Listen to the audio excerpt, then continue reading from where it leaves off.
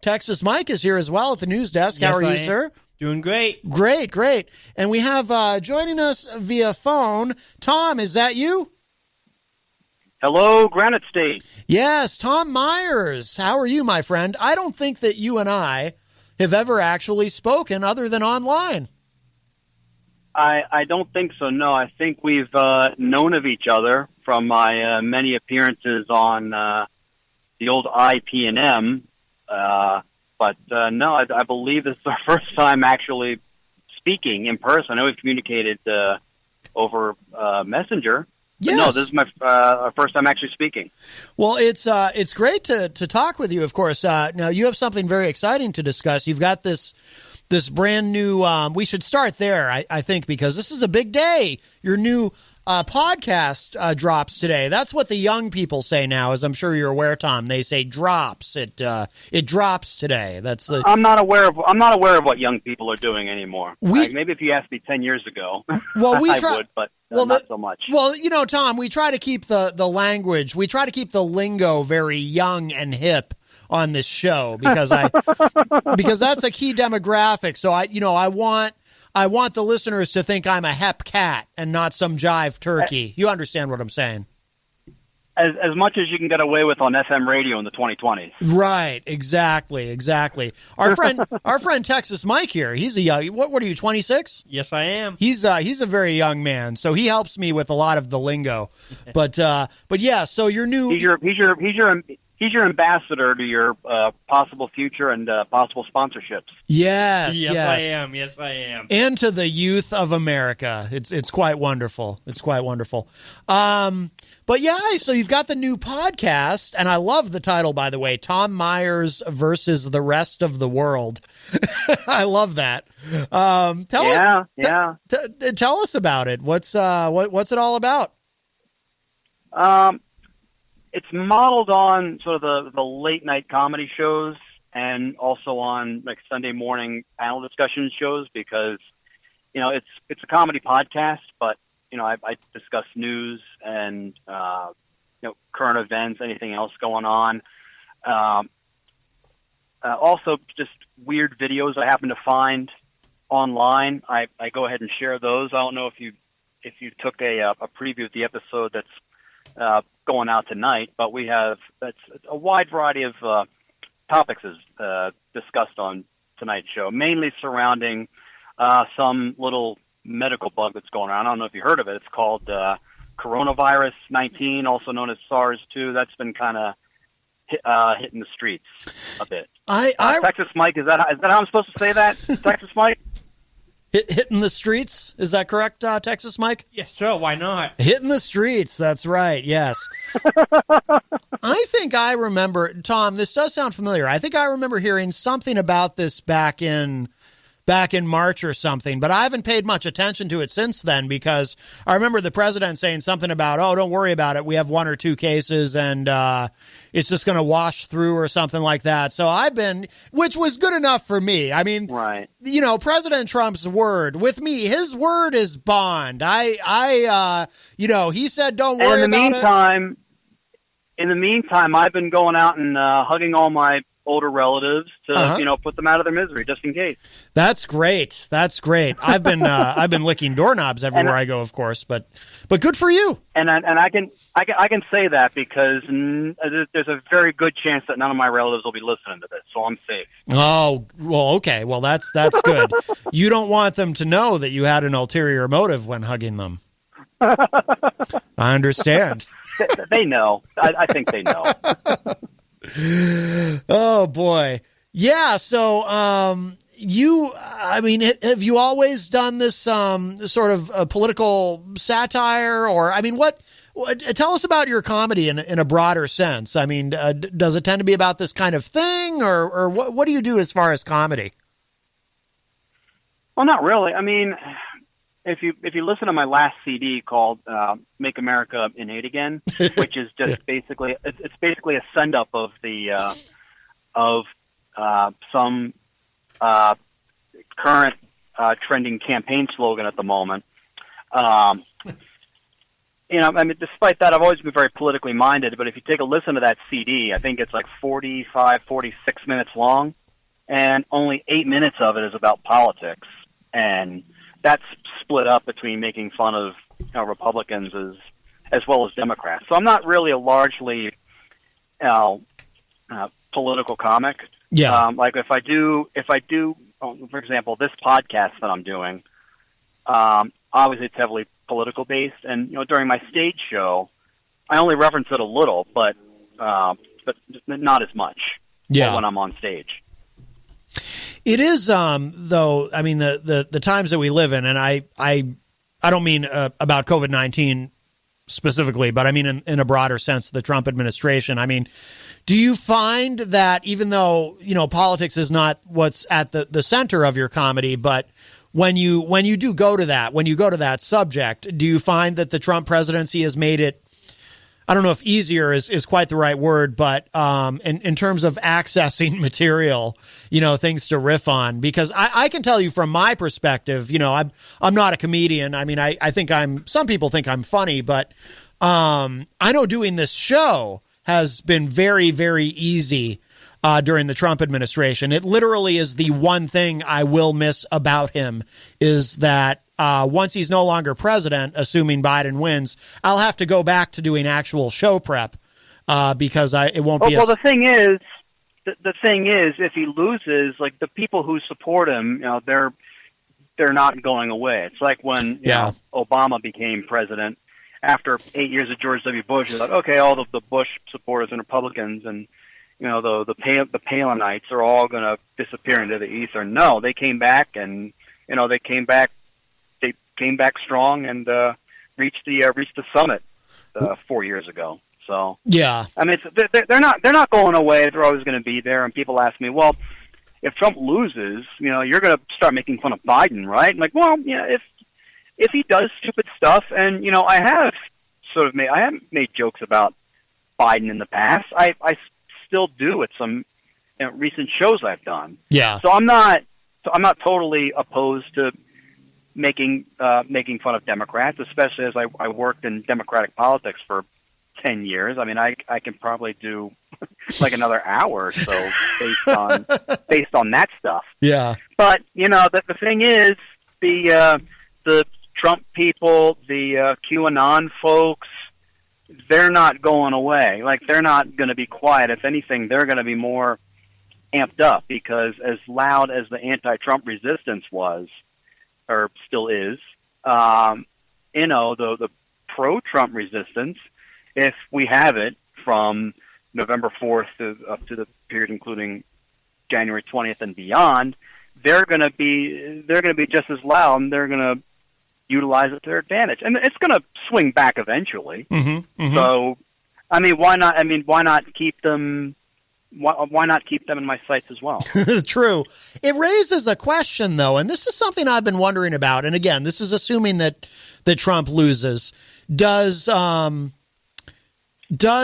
Trumpism survive Trump leaving? And what I mean by that is, because Trump has changed Republican politics. It's much coarser now. It's much louder. It's much more aggressive. It's much more, as far as personally attacking people and insulting people, and far less politically correct than ever, right? So there's an aggression and a meanness to it now that wasn't quite there before, right? I mean, you couldn't imagine George W. Bush, for example, behaving the way that Donald Trump behaves. Does that continue after Trump is gone? Or, I shouldn't say or, it's not really a binary choice, because it'll probably be it'll probably be a mixture of these ideas. But, or, for the sake of argument, does the Republican Party kind of do to Trump what Trump does to people who've betrayed him in some way?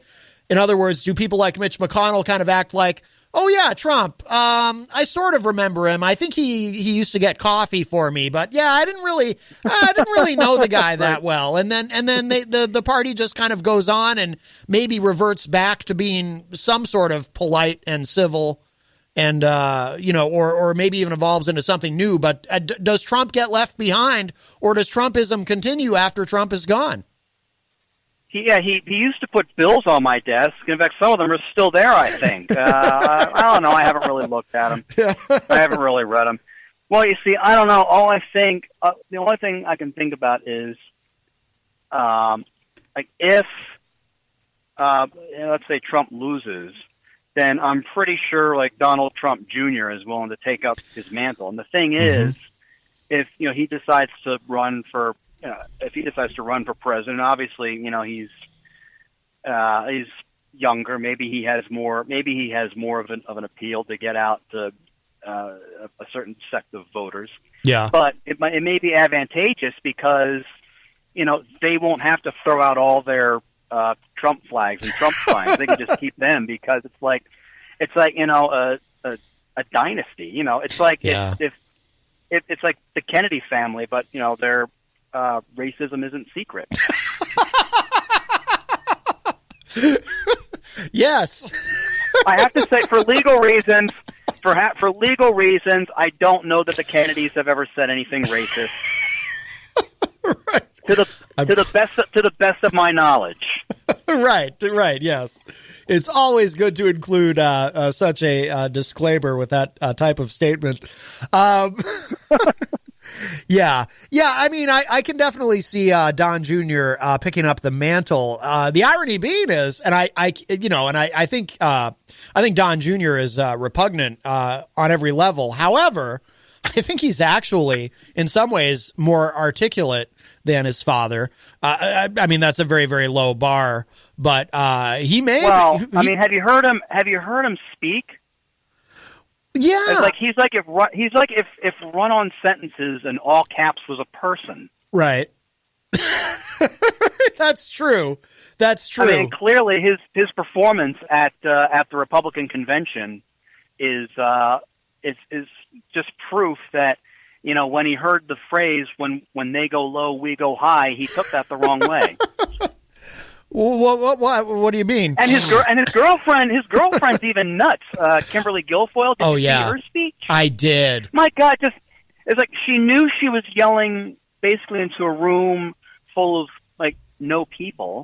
Right. Like, she was expecting to speak into a crowd full of people, but because of the pandemic they couldn't do that. So it was basically just one desperate woman yelling into an empty room is basically, the Trump campaign's outreach in a nutshell. Yeah, she did deliver she delivered the speech exactly how she would if she was speaking to a stadium, opening for the Rolling Stones or something, with the volume with which she was screaming. It was very, very strange. Maybe I don't know about these full stadia. Tell me about them. I haven't seen them in a while. That's true. There's that. No, really, I'm an Orioles fan. I haven't seen a full stadium in a while. Sports references are. Your baseball. Your baseball team sucks when the only thing that can fill up the stadium parking lot is free COVID-19 testing. Oh. See, the sports references are a bit lost on me, Tom, but our friend here, Texas Mike, he's totally with you, aren't you, Texas Mike? Yes, I am. He's a big sports guy. But I actually, apparently, COVID-19 made a guest appearance at the World Series. I do know that much. Yeah. Yes. That was probably like coming out onto the field after you test positive, taking off your mask and posing with the team photo. Mm-hmm. I mean, all joking aside, it's literally one of the most disturbing things I've seen. And I do sports PA announcing on the side. I announce youth baseball. Okay. If one person, our policy is if one player on a team, or like a parent or coach or someone gets tested positive, the whole team, everyone is cut from the tournament. They're disqualified. Yeah. So the fact that the Dodgers were allowed to do that, they allowed Justin Turner to do that, is absolutely sickening. I've seen coaches from opposing teams get into a fist fight after a game, like at a really at a youth baseball game. Yeah. Really? On Easter weekend of all weekends. Wow. Yeah. Sometimes sports does that. Sometimes, like I'm not lying about this. I've been in a fight at a sports game for NHGI. Really? Yes. Wow. Yeah.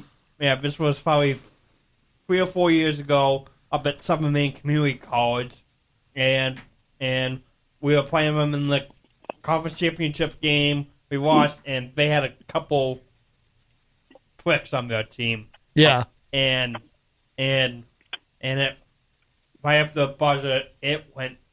Wow. Well, they should have known better. You don't mess with Texas Mike. I wasn't known as Texas Mike back then, but Right. Wow. I'm pissing myself right now listening to him speak. Yes. Well, aren't we all? Aren't I'm going to have a lot to. Well, of course, we always clean the studio here anyway, but.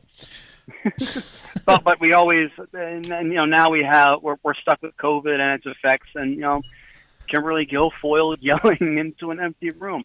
She must be an absolute nightmare for everybody in a bar if she's doing karaoke. Oh my she could take the most, yeah. She could take the most innocent song probably and just make it terrifying. She can make the Carpenters sound absolutely dreadful. Like, just like me, they long to be close to you. You're right. And the sad part is she could probably make that sound better than I just did.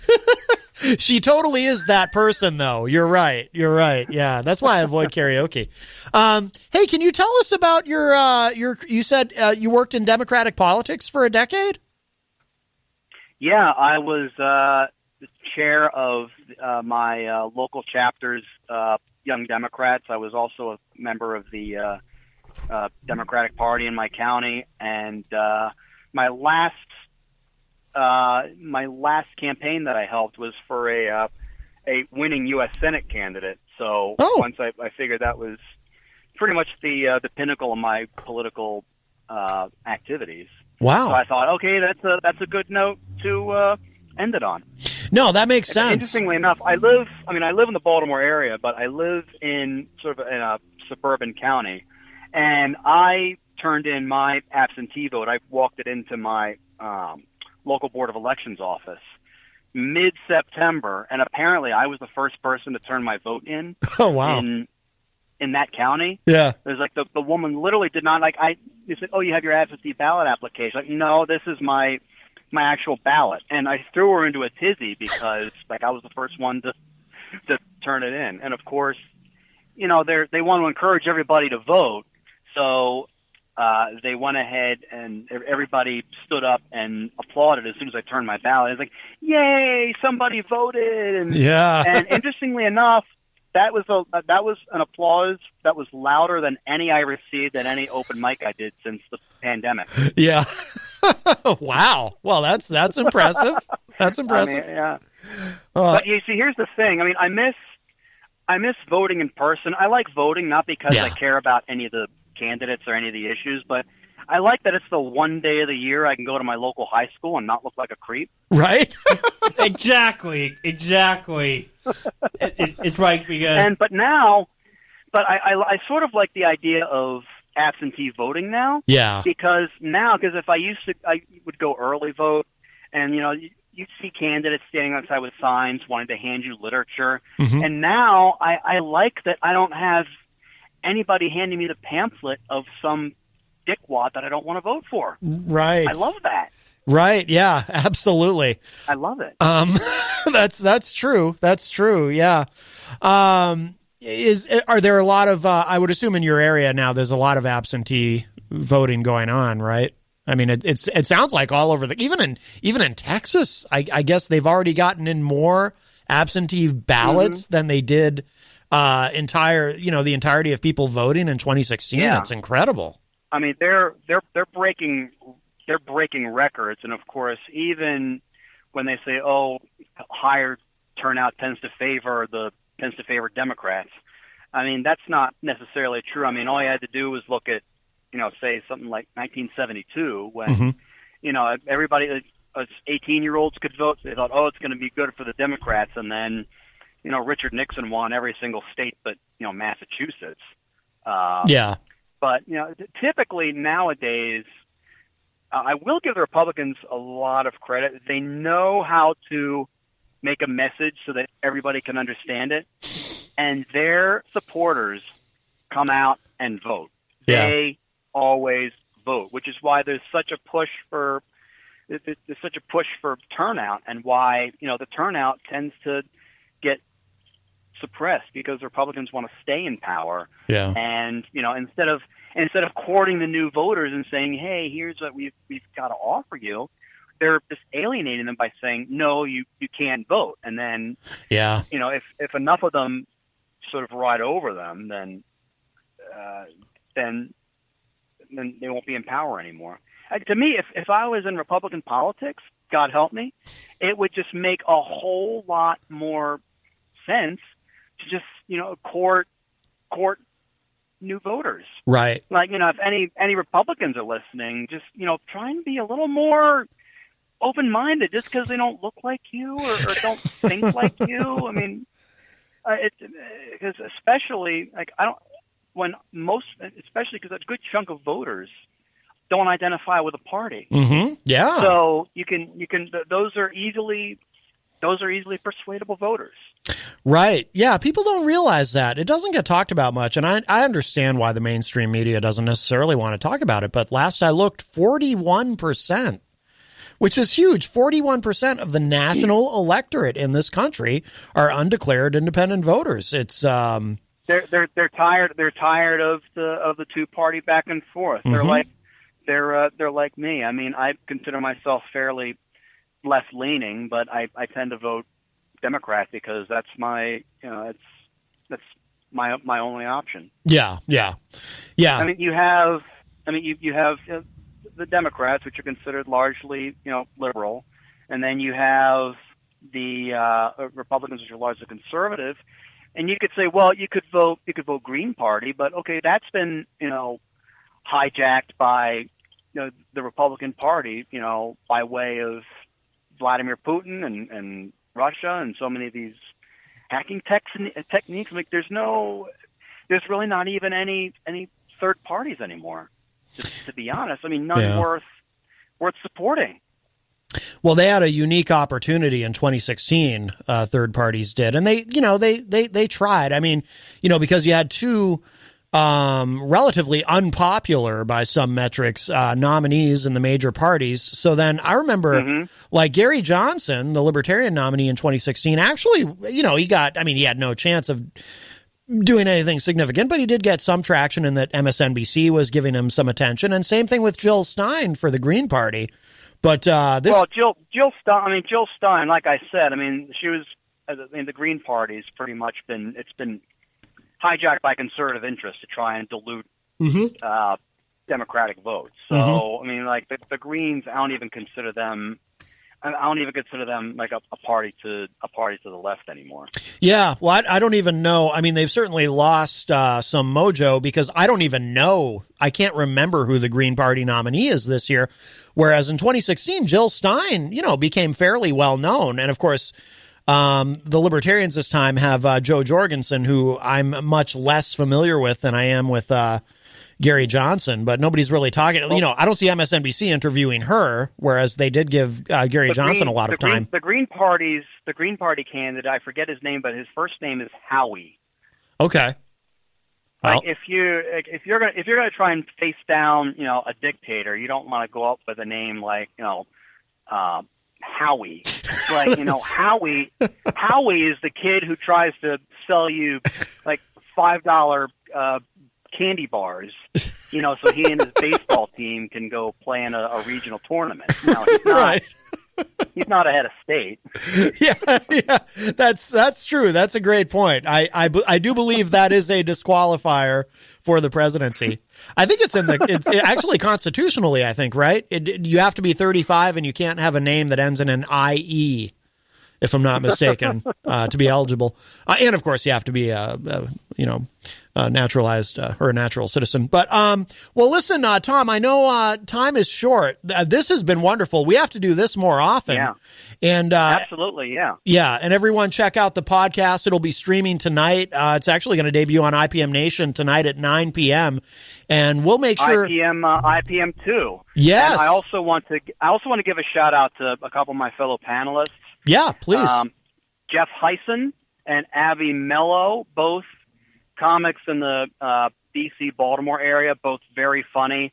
I want to thank them for joining me. Look for them on their social media. If you're in the Baltimore area, I believe Abby's doing a show tonight somewhere in the Baltimore area. If you're listening, and look out for Jeff Heisen as well. They're both absolutely hilarious comics. And tonight, because we're talking about COVID, I'm interviewing Tara Haley. Okay. She's a science writer. She's written for Forbes magazine. She's written for the New York Times. So we're kicking some butt on this first episode. Yeah, that's and that will drop tonight at 9 p.m. as the kids say, and we'll be and we also have an election night special coming out. So we got a 1-2 punch. Absolutely. Well, maybe on election day, we not to put you on the spot, but if you have a time on election day, maybe we can have you call back in then to remind people. I'm a touring road comic handicapped by a pandemic. I've got time. You've got time. Understood. All right. Tom Myers from the new podcast, Tom Myers versus the Rest of the World. Thank you so much, my friend. This has been wonderful, and let's do this often. This has been great. Definitely. Thanks, thanks, Matt. Thanks, Texas Mike. Yep. Nice to meet you, Tom, and I hope to see you. I hope to see you doing some comedy soon. Yes, absolutely. I tell you what, I did in January. I was up in Boston. I did a show there. Very great crowd. So as soon as all this dies down, well, maybe poor choice of words. As soon as this pandemic is no more, I might make a return to New England, and maybe the Manchester area might not be out of the realm of possibility. Ooh, that would be fantastic. All right. I got some connections, so there you go. All right, yeah. All right. Let's talk. Absolutely. All right, Tom. Thank you so much, my friend. Be safe. Yeah, likewise. Thank you. All right, man. Take care. All right. That was comedian and satirist Tom Myers, and his new show, Tom Myers versus the Rest of the World, will be debuting tonight online, and the podcast will be available on demand after it airs live.